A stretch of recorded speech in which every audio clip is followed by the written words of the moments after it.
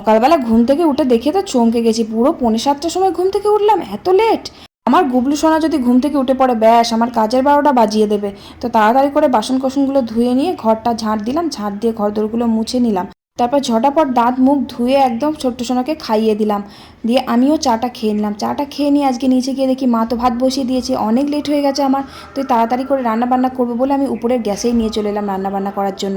তো প্রথমে কয়েকটা বেগনি ভাজলাম গোল গোল করে জলখাবার খাওয়ার জন্য। আর পুঁই শাক এনেছে, পুঁই শাকটা চচ্চড়ি উপরে গ্যাসেতেই বসিয়ে দিলাম। আর 2 রকমের মাছ এনেছে, চিংড়ি মাছ আর সিলভার মাছ।